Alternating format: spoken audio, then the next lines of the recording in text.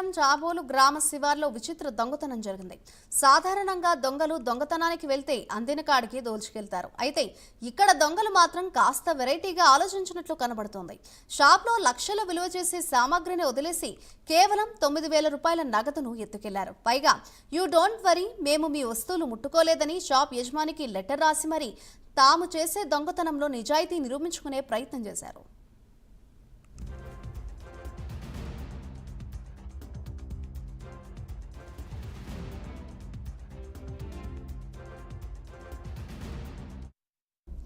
అంతేకాదు, దొంగతనానికి వచ్చిన కాస్తో కూస్తో చదువుకున్న వారిలా ఉన్నారు. లెటర్ను తెలుగు పదాలను ఇంగ్లీష్లో రాశారు. ఈ దొంగతనం శ్రీ విఘ్నేశ్వర అగ్రికల్చర్ డ్రోన్స్ దుకాణంలో అర్ధరాత్రి సమయంలో తాళాలు పగలగొట్టి లోపల వెళ్లారు. నగదు మాత్రమే చోరు చేసినట్లు గుర్తించారు షాప్ యజమాని.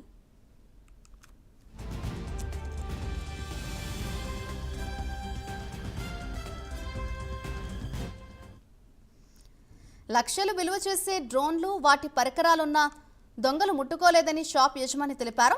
దుకాణంలో 9,000 నగదు చోరీ అయిందని బాధపడాలో లేక లక్షలు విలువ చేసే డ్రోన్స్, వాటి పరికరాలు వదిలేసి వెళ్లారని సంతోషపడాలో అర్థం కాని స్థితిలో ఉన్నారు షాప్ యజమాని పరిస్థితి.